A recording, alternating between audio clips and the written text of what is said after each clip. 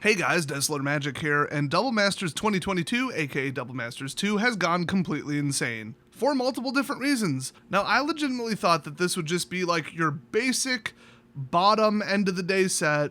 You do some math, you print some cards, you collect your paycheck. It can't get easier than that. Real simple. The staff at WotC has actually said that these reprint sets are much, much easier than coming up with all brand new cards and brand new ideas.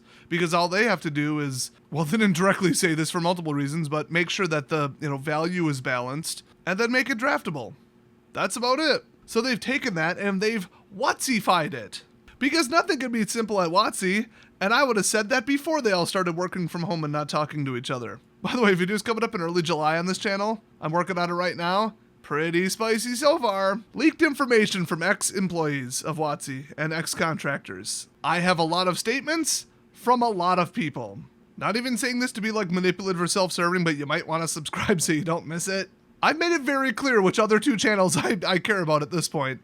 And it's not this one. I want to bring some milk because that video is going to be spicy. But in the meantime, let's talk Double Masters 2. So in just the last 72 hours, the price of a sealed box of Double Masters 2, just the normal English draft boosters shipped from America, have gone up almost $100. It actually might be over $100. The going rate right now, it goes up every time I refresh it, is about $385 to $390. By the time you're watching this, it's probably $400.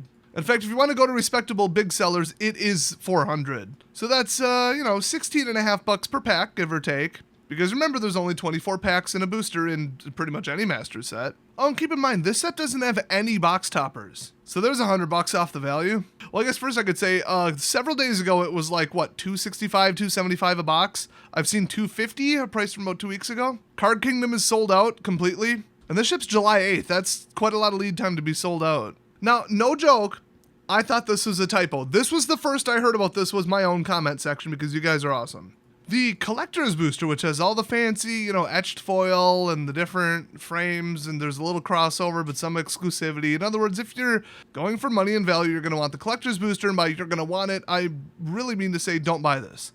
It's too high. It's too dangerous.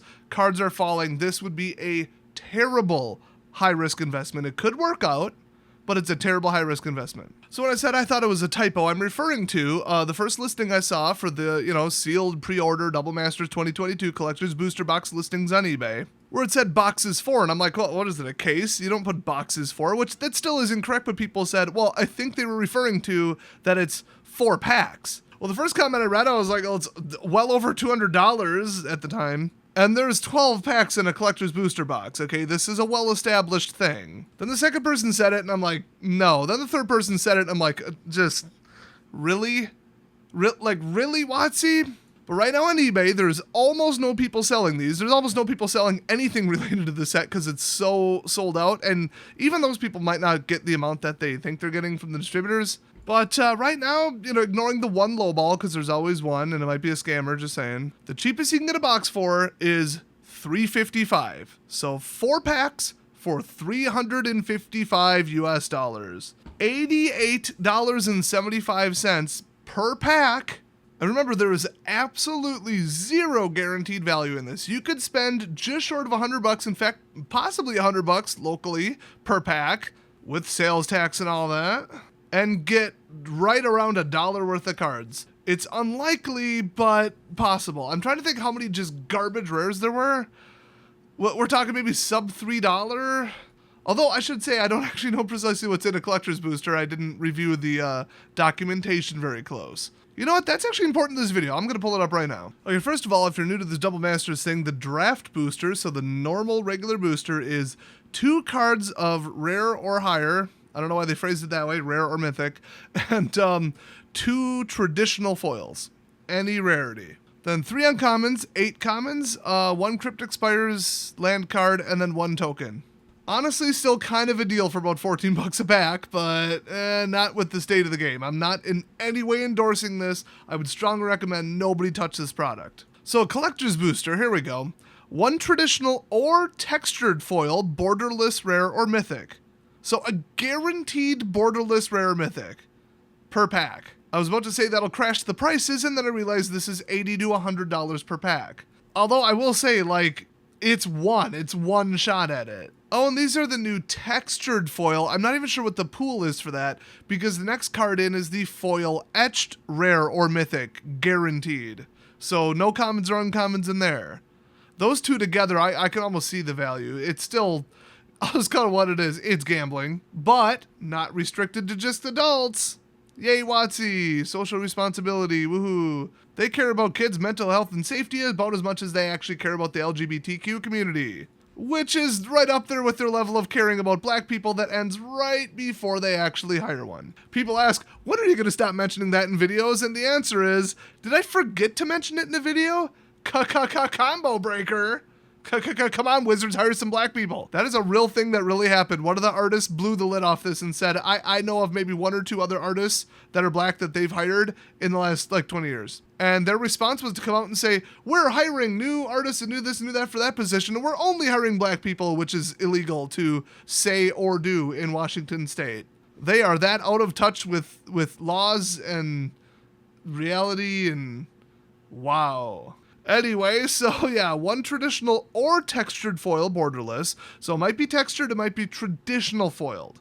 Just to point that out. So a little bit of variance there. There are some bad rares. There's maybe a handful of bad mythics. And there are some $1,000 mythics. I think the new Karn textured foil, since they're probably going to print 100 of them or whatever, is upwards of 1,000 right now. But it hasn't even come out yet. Just saying, they can ask whatever they want. I would stop short of saying they aren't real sales because they're real pre-orders, but anyway. Okay, so the second one, foil etched rare or mythic. Has to be foil etched. There you go. Those are worth a little bit less, but still a ton, generally. But a lot of them across the board are like 10 to 30 bucks. So you're still probably not going to pay for the pack, especially if you get like a $3 one. Just saying, those exist. Then we've got one non-foil borderless rare mythic. Okay. And then one traditional foil rare or mythic. So 4 rare slots with 2 what I would consider to be super rare slots. Then after that, 2 traditional foil borderless commons or uncommons. Okay, so can't even be a rare. Not many of those are worth much. I mean, you get like a foil, they didn't say, wait, no, borderless though. Yeah, you could get like maybe a $10, $20 card in there, like Rancor or something. Extremely unlikely. I have a feeling here on down, the EVs are going to be like $1 per slot, tops, probably less. Then we've got 2 non-foil borderless common or uncommons. So borderless but common or uncommon. I don't know what that'll do to the prices. I don't know what $88 packs will do to the prices. I don't know. Like, the supply is the supply, and people are gonna, buy them to flip them, so if anything, it'll make it worse. But all the single sellers, and the ones that are, gonna run the buy lists are, kind of, putting the values up because, one, they're gonna, break some packs and sell some singles, and secondly, you don't just say, you know what, I think that's $10, even though everybody else has it as $50, and then just, effectively tank the cost of not only the singles that you're selling, but the packs, the sealed packs that you're selling too. It's not smart. So they're going to make sure that, if demand hits 60, 70, 80, 90 bucks a pack, that the cards in it are going to average a little bit higher than that, or at least around it for the very short term. I have a feeling a lot of this stuff's going to crash pretty hard. The demand for cards right now in any TCG across the board is terrible. I actually just got a message from one of my sponsors literally just asking me, just informally just, hey, what's going on with the Magic the Gathering community? We have a couple MTG sponsors, and all of a sudden we're getting terrible results and terrible returns and terrible view counts. And I wrote a little 2-paragraph thing just letting him know what's going on, because I think he said he used to play Magic, like my rep at this company. So if that's not proven evidence that across the board by any metric the community is dying, and it's not just because of COVID, it's because of almost entirely WotC's actions, I don't know what is. So I would not hold these very long. So I forgot where I left off, but the bottom up is 1 traditional foil double-sided token. Okay, cool. 5 traditional foil commons, 2 traditional foil uncommons, so altogether not that much value historically. And I think I already said this, but 2 non-foil borderless common or uncommons. But it can't be a rare, so really you're looking at the top 6 cards, which is a lot of shots at it, but I don't know. Now here's the other wild card. Ongoing global supply issues have resulted in a delay for a portion of English language Double Masters 2022 collector's boosters. Yes, just the collector's boosters. A portion of the English language ones will be delayed in North America for approximately 1 to 2 weeks after set release due to ongoing production challenges. So that means Whether this is on accident or purpose, I'll just leave that up to you because I don't have any evidence either way, but I know what it looks like. That might prop up the value on some of the collector's booster exclusives, like the textured foils and I assume also the etched ones. Or even stuff that you can pull from a draft booster, but very, very, very rarely. That should prop up the price pretty good because there will be almost none to go around. And then a week or two later, the rest of the collector's boosters will come out. That is going to screw with the prices pretty hard. So if you want to quite literally gamble on this, because it's slightly better than the average gambling, because it has probably a positive ROI if you can flip the cards within a day. But just remember, shipping, fees, time, labor, all this stuff. Usually not worth it. Usually doing anything else is, whatever. But some people drop, $1,000 on them and they'll pocket $1,200 with 1 day of work and say, you know what, $200. After all expenses and all things are said and done. That is not the most common thing in the world to be able to do that. And there's some pull variants and they get to keep the rest of the cards and they could sell them 5 years later. Even commons and uncommons are worth money later. But I think this is a little risky. A little too risky. There's so many factors and variables. You got a lot of stuff pointing up. You got a lot of stuff pointing down. And if you didn't pre-order it more than a week ago, it's probably a bad time to get in. That's like getting into any kind of crypto after, days after you've already heard there was a spike. You've pretty much already missed that train. There's no guarantee it's going to keep going up. It looks like it, and it might, but it might not, because you did not get in on the bottom of that. That pretty much describes where we're at now with this whole set, and it is getting nutty. So their new money-making thing is not just targeting whales, because they've almost always did that. It's, we're going to make hyper rares by constricting it down to 4 packs per box, and then, on purpose or not, having a shipping delay on just the most expensive ones that just have the exclusive ones in it to make the singles prices higher. But on top of that, assuming that they didn't just, print, what would it be, 3 times more boxes to be the equivalent of 12 boxes per pack, but they sell them in a smaller pack, or smaller quantity, smaller sealed box quantity, because then it would just be a wash, and they just basically shrinkflationed into a higher price. That's how they did it. What is going to be the effect of what they did? And that is creating $1,000 cards that aren't 20 years old. And a lot of them, ironically, were printed 20 years ago last. But they're digging up stuff that's super limited supply and then saying on top of it, like you can have your cheap version, which I'm fine with that. You can have your basic, whatever, $15 version. But then there's a $200 version that's an etched foil or a textured foil. So they're targeting investors, they're targeting rich people, they're targeting people who aren't very smart with their money. Well, I'm all about personal responsibility, but still, I don't like, I draw the line at them basically pushing gambling on kids. Something this expensive, I've actually heard of gaming stores refusing to sell Masters packs and high-end reprint, high-variance packs to kids. Or needing parents' permission or limiting them to 1 per day. Or like prize support only if you're under 16 or something, or, they're just making up their own policies, not because of, laws, but they're just thinking, yeah, we appear to have had some complaints from parents, or we've heard about that online in the store owner groups, or we just think it is irresponsible, it is bad, and we've seen people appear to be spending more than they can afford. But then again, I mean, if you're 15 and you mowed some lawns and did some stuff and whatever, worked at, Taco Bell, you don't have living expenses. If you want to buy this, go for it. And you might learn an important lesson from it. Which is 1, don't trust WotC, and 2, sometimes you lose. Now, if you're still on the fence and you're like, I kind of want to, test my luck at this. I've got a little extra money. If it was a miserable failure and I got 1 bad pack, well, that's fine because I'm buying more than 1 or whatever. Or I've got 1,000 sitting around. I always buy several boxes of stuff like this. Or I'm just going to need the singles for trade and it's within my budget right now because I make a lot of money. Whatever your situation, I still think that this is a bad value. I mean, if you just want the singles, buy the singles. That's always been true for almost everything.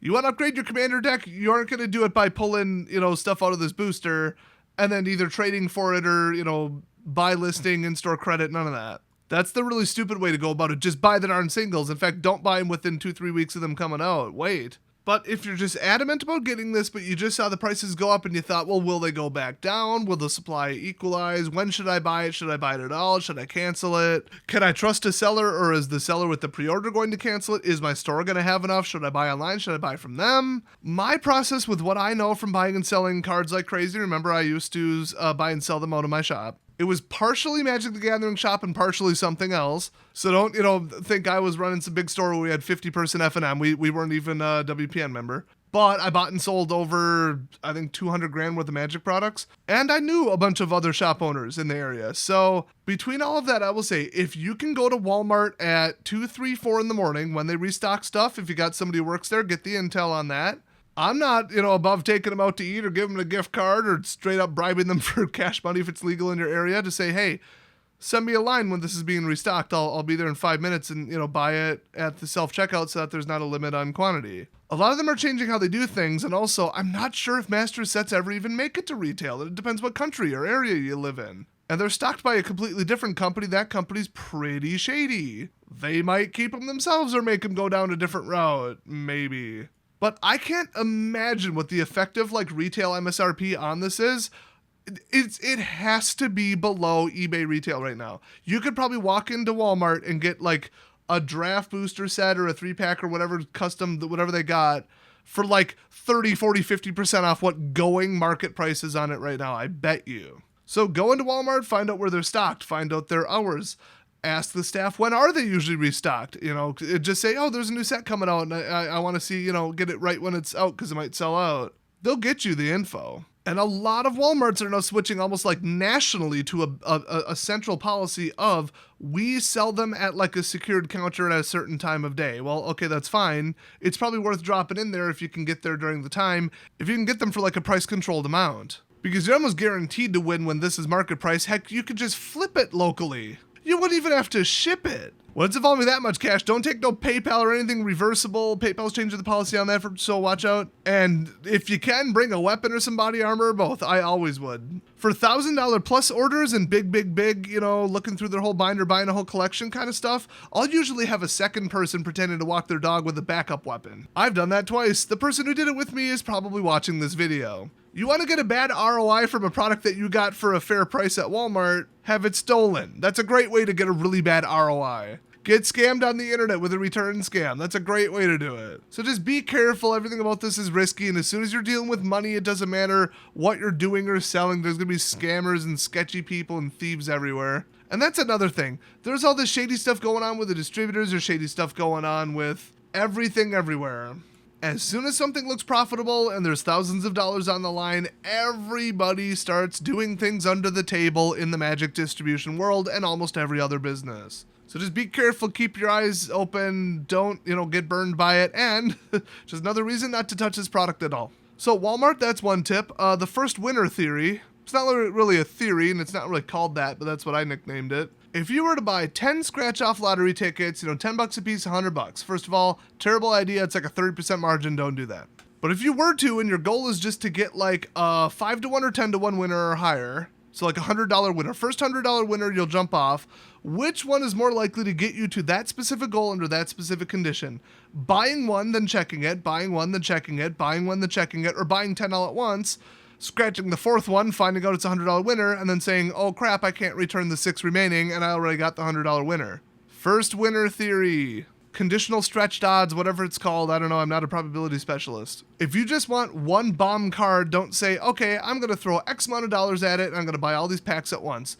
Sit there in a local gaming store, buy one, open it. Buy one, open it, buy one, open it, buy one, open it. First bomb, you're out. If you set those exact conditions, it stretches the odds, it ups and lowers the variance. You're not cheating the system, you're not always going to win, but under that exact circumstance where it's conditional branching things, you're more likely to get to that one goal that you stated.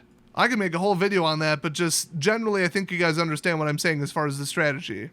Also, one of my friends suggested, well, you can't do this anymore. This is the same friend that told me that Card Kingdom is completely sold out of Double Masters. With crazy prices, pre-COVID investor pressure on high-end cards, making cards go up generally, and then massive inflation will take artificially inflated and literally economically inflated cards, send them in for store credit to buy an artificially inflated product. Because if a year ago you were making, $18 an hour, and this year you're making $18 an hour, well then you're using non-inflated currency to buy an inflated product post-inflation.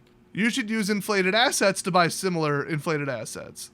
But the whole variance with the delay and the limited supply and you'd almost make more money in almost anything like this doing the exact opposite of what everybody else is doing. When it's so obvious that you jump on the bandwagon this late, It's a good indicator that more people are getting attracted in, hearing about, oh, I could just buy this and flip it. I can buy it, open it, and make a profit. And then everybody does that, and there's no real buyers, there's no real supply. They drove it up, they made it happen by their own actions, and then there's nobody to sell to, and it all crashes. This has been so true in the Magic world. I picked up a product that nobody wanted to touch. It was on clearance at my distributor for like $8 each, and I opened it and made a fortune. Margin-wise, not dollar amount-wise, margin-wise, I made the biggest profit on that product that nobody wanted to touch and everybody said was awful than any other product. Any other Magic product I have ever bought. You know why? Because those cards did go up because nobody touched them, nobody wanted to flip them. The only people who bought them were ones that wanted it, and anybody who wanted it didn't have any sellers. This looks like the opposite. But a pure reprint set is different because, like, the cards that these are, or the decks that already play these cards and the formats that already use these cards already exist. There's already like stacked overdue demand, I guess would be the term. And so that's going to fill it in more than just who wants this one product, you know? But that said, it doesn't look good when it's like, it's already this high.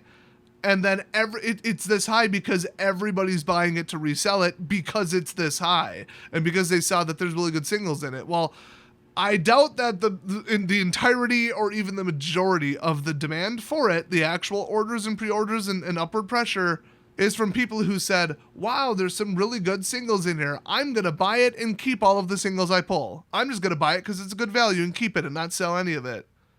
No. So there is going to be the biggest open it and sell off pressure that we've seen in a set ever. Maybe from the vault, you could argue, was a little hotter than that as far as investors picking it up and selling it, but you couldn't get it in any kind of volume, and that was like the point. So this is just wild. Everything about this is nutty. See, at the end of the day, everybody gets in their head, oh, everybody's talking about you can make money on this, you know, whether it's a certain stock that you hear about on Reddit or some crypto thing that Elon tweets about or a Magic the Gathering product that they stuff a bunch of money into. And everybody thinks, whoa, I could get a huge swing in variance. I could open this. I could do this. I should be able to do this, but this might happen. Nothing is guaranteed. You know what is guaranteed? Go to a garage sale, or as we call it, rummage sale, buy a thing that you know is underpriced, go straight to the pawn shop and pawn it, and double up all in 30 minutes. There you go. Go to your local thrift shop, go to your Goodwill, go to your bin store, go to your Amazon return store, go to your Target inventory liquidator, buy something for $3 that you looked up the barcode on and you can sell for $12 on eBay, and then do it. Now, see, that's kind of like, okay, now you're just running a business. I like the quick, you know, money making, whatever. If you want a good investment, just take a Saturday and go do that. You make $100 to $200 a day. Easy. Buy ammo when it's low, then when there's a shortage, new litigation, or every time ammo and guns go through the roof right before every election, especially presidential one, we got one coming up and ammo's dirt cheap right now, you buy it on a coupon, you buy it on a promo, you buy it on a holiday. My local hardware store did like a 10% off thing. Everybody bought up the ammo and it is on the shelves these days. Sit on it for a couple months and sell it when it's high. It's that simple. That is like the level of risk in that is so low and the ease of getting your money out of it is so easy. You want to turn money into money, just kind of run a business. Like, you know how nuts it is to have a stock go up 10%? Like, if you bought Tesla stocks and it went up 10%, that's insane. Even if it was in a month, that's crazy. Extremely unexpected, extremely anomalous. And I'm just sitting here like, I went to Goodwill, I spent $12, I listed it all on eBay, and within 48 hours I made $100.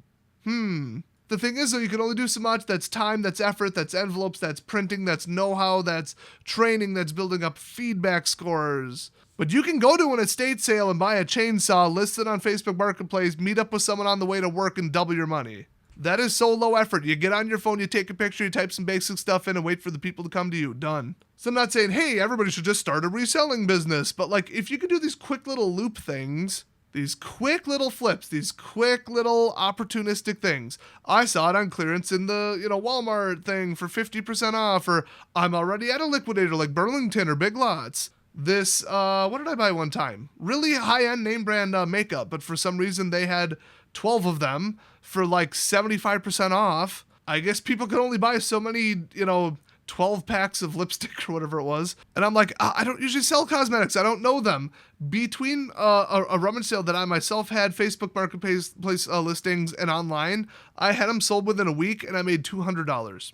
And all things considered, drive time, look time, research time, listing time, I think I had an hour of effort put into it. So I make $200 an hour. You want to take money and turn it into more money, this is not how you do it. Okay, yeah, variance, haha, big gambling rush, and then you justify it in your mind by saying, but I could make money and I should make money. Doesn't mean you will, doesn't mean there's not factors under your control, and then all of a sudden you lost a bunch of money. So be careful, it is not safe. It's not a good idea, and these prices are getting insane. It's a lot of risk, okay? You buy a $10, $20 pack or one single pack or drop $50 on packs. That's probably not going to impact the average person's life. If you want to do it just for fun, you could spend money on dumber stuff than that. If you just skip going out to eat once and put the money towards that, that's just budget shifting. Like, there's ways to be responsible. But as far as the ROI, the business part of this and the risk, don't just think, this is my chance, this is it, this is going to be the one, this set is so hot, we haven't had anything like this in 5 years, this is my opportunity, I'm going to take out a loan and pick up $5,000 worth of this. Do not do that. This is too risky to throw that kind of money at, and rented money that you can't afford to replace. That is insane. Go with the surefire stuff, something more like what I mentioned, because I've been doing that for over 10 years and very heavily in the last year. I've got over 5,000 sales on my eBay account at last count. Probably closer to 6 now. So the last thing is I got to add a little asterisk, a little caveat here. I was reading the wrong field when I said that video didn't get to 250 likes. I was looking at the comment count. Yeah, it's at like 400. So I said if it got to 250, I'd buy a box of this and open it. Now it's going to be like before I could afford it. Now this is getting dangerous. So when I said it, they were about $100 a box cheaper.